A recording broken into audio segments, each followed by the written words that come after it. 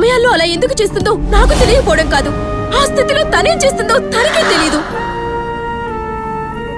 అనాథగా పెరిగిన తను ఈ విషయం మీ అందరికీ తెలిస్తే మళ్ళీ అనాథ అయిపోతుందేమో అని నేను హాస్టల్ నుంచి వెళ్లిపోయినా ఎవరో చిత్ర కోసమే అప్పుడప్పుడు హాస్టల్కి వెళ్ళేదాన్ని.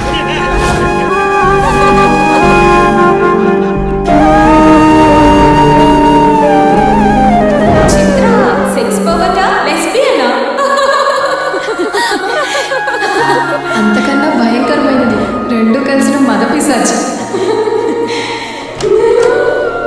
చిత్ర, ఏంటి ఈ టైంలో? నన్ను హాస్టల్ నుంచి బయటకు వెళ్ళిపోమన్నారు మ్యామ్.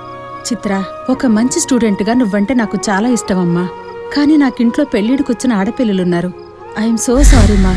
చిత్ర నా పెద్ద కూతురు లాంటిది. లాంటిదేమిటి, నా పెద్ద కూతురే.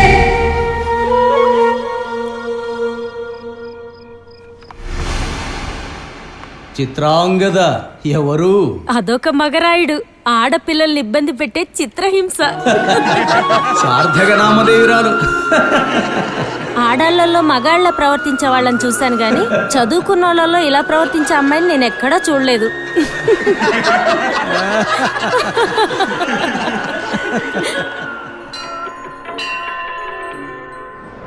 ఎక్కడికని అడిగితే చెప్పకుండా గుడికా తీసుకొచ్చారు. ఎందుకు మ్యామ్? నీ పెయిన్ ని నయం చేసే మెడిసిన్ కోసం. మెడిసిన్ కూడా దొరుకుతుందా? నువ్వు పడే బాధకి కరెక్ట్ మెడిసిన్ నిన్ను అర్థం చేసుకునే లైఫ్ పార్ట్నర్. అవును చిత్ర, నీ ఒంటరితనాన్ని బ్రేక్ చేసే తోడు నీకు ప్రశాంతతనిస్తుంది. ఆలోచిస్తే ఈ పెళ్లి నీకే కరెక్ట్ అనిపిస్తుంది. జ్యోతిష్యమ్మా, నేను ఇలాంటివన్నీ నమ్మనని మీకు తెలుసు కదా. నువ్వు నమ్మకపోయినా అబ్బాయి తరఫు వాళ్ళకి ఇలాంటి పట్టింపులు ఉంటాయి కదా. అయితే జాతక చక్రం వేద్దామంటే నీ డేట్ ఆఫ్ బర్త్ నీకే సరిగ్గా తెలీదు. అందుకే ఈ నాడి జోషి. అమ్మా, మీ బొటన వేలు ముద్రలు ఇవ్వండి.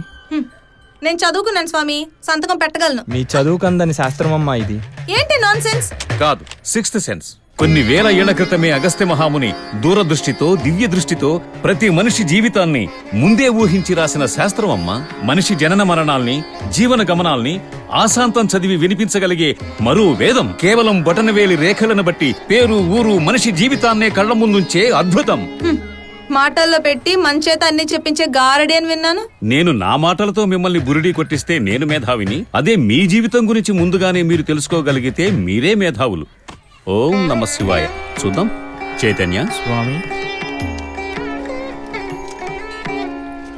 మీ బొటనవేలి రేఖలను బట్టి మీకు సరిపోయే పత్రాలివి. ఒక్కొక్క తాళపత్రంలో ఉన్న వివరాలు చదువుతాను. అవును కాదని తెలిపే సమాధానాలు చెప్పండి. ఏ పత్రానికైతే అవును అని వస్తుందో అదే మీ పత్రం. మీరు పుట్టింది పుష్యమాసం, అంటే జనవరిలో. కాదు. మీకు పెళ్ళయింది. కాదు.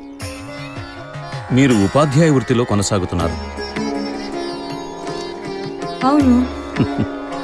మీ వయసు 30 సంవత్సరాలు. కాదు.